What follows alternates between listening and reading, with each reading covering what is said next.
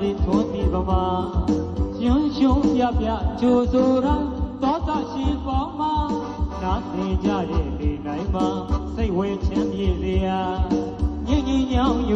သာယာစွာသီးဆိုတဲ့ညီကဖြောပြသီးဆိုလျက်သာပြင်းပြင်းဖြူပြသားကရိုသေချစ်စွာပေါင်းဟာနောက်ဆက်လို့ဖြင့်ပန်းချရပြီလား